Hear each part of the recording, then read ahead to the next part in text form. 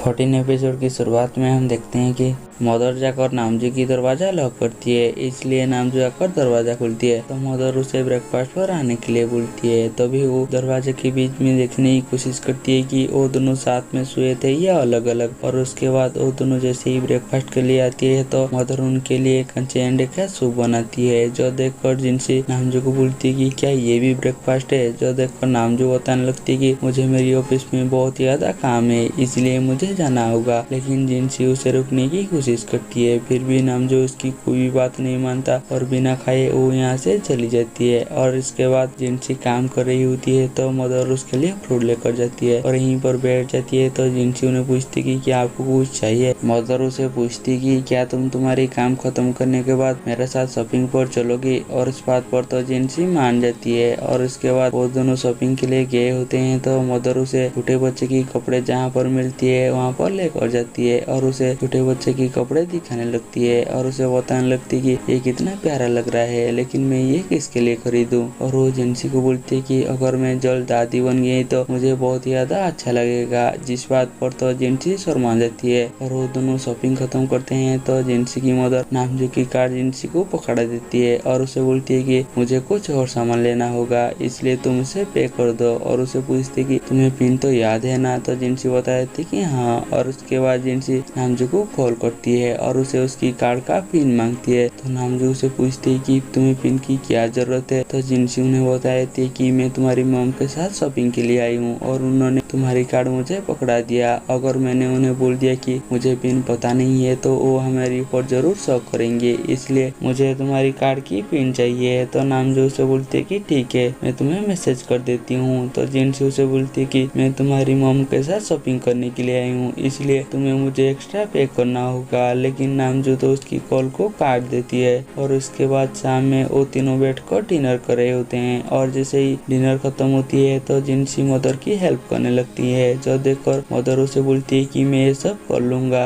और तुम जाकर नामजू के साथ बैठकर टीवी देखो। और उसके बाद जिनसी जाकर नामजू के साथ बैठ जाती है और उसे बोलती है कि मुझे बहुत ज्यादा काम करना है और मेरी डेडलाइन बहुत ज्यादा करीब आ रही है, इसलिए तुम क्या मॉम के साथ बैठकर टीवी देख सकते हो। और इस बात पर तो नामजू मान जाती है और जिनसी यहाँ से चली जाती है। और इसके बाद और मदर आकर नामजू को एक रोमांटिक मूवी दिखाती है जहाँ पर कि एक लड़का एक लड़की को प्रपोज कर रहा था, जो देखकर मदर नामजू को बताने लगती है कि तुम्हें भी इनसे सीखना चाहिए कि लड़कियों को कैसे प्रपोज किया जाती है। और जैसे ही नामजू अपने रूम में जाती है तो देखती है कि जिनसी काम करते करते यहीं पर ही सो गई है और वो तो पूरी बेड में फैल गई है। और उसके बाद नामजू जिनसी का सारी सामान को साइड करती है और वो जिनसी को बोलती है कि तुम साइड में हो, मैं यहीं पर सोऊंगा। लेकिन जिनसी गहरी नींद में होती है, इसलिए उसकी बात को सुन नहीं पाता, इसलिए नामजू साइड में सो जाती है। लेकिन जिनसी कभी उसके ऊपर हाथ डालती है तो कभी पैर डालती है, लेकिन नामजू बहुत ही मुश्किल से उन सबको साइड कर कर सोने लगती है। लेकिन तभी जिनसी उसे नींद में ही लात मार देती है, जो देखकर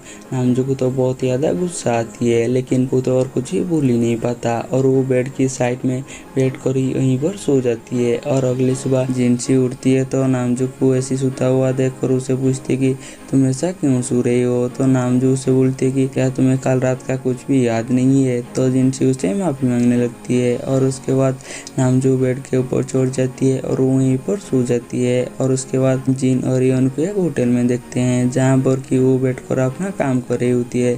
तभी दो वोटर उन्हें देख रही होती है और उनके बारे में बात कर रही होती है कि वो काफी टाइम से यहीं पर बैठे हुए हैं, इसलिए वो उनसे बात करने के लिए आती है। और ये बात भी वो दोनों समझ जाती हैं, इसलिए जब वो वेटर उनके पास पहुंचती है तो वो दोनों ऑर्डर करने के बारे में बात करते हैं, इसलिए वो वेटर उनसे कोई बात नहीं करता और वो यहाँ से चली जाती है। और उसके बाद वो दोनों आ रही होती है तो जिनसी के पास एक मैसेज आती है और उसे पता चल जाती है कि उसका कॉमिक का टॉप 10 में सिलेक्शन हो गया है, जो देखकर जिनसी तो बहुत ज्यादा खुश हो जाती है और वो इसके बारे में इनको भी बता देती है। तो इन उसे बोलती है कि हमें इसके लिए सेलिब्रेट करना चाहिए। और दूसरी तरह नामजू को भी जिनसी का कॉमिक टॉप 10 में आने के बारे में पता चल जाती है, इसलिए वो जिनसी को कॉल करती है और उसे सेलिब्रेट डेट के बारे में पूछती है। तभी वो जिनसी को इनके साथ देखकर थोड़ा सा नाराज हो जाती है और जिनसी नामजू को बता देती है कि वो अपनी दोस्त के साथ सेलिब्रेट करेगा। तभी जिनसी के पास एक कॉल आती है तो वो नामजू की कॉल को काट देती है और नामजू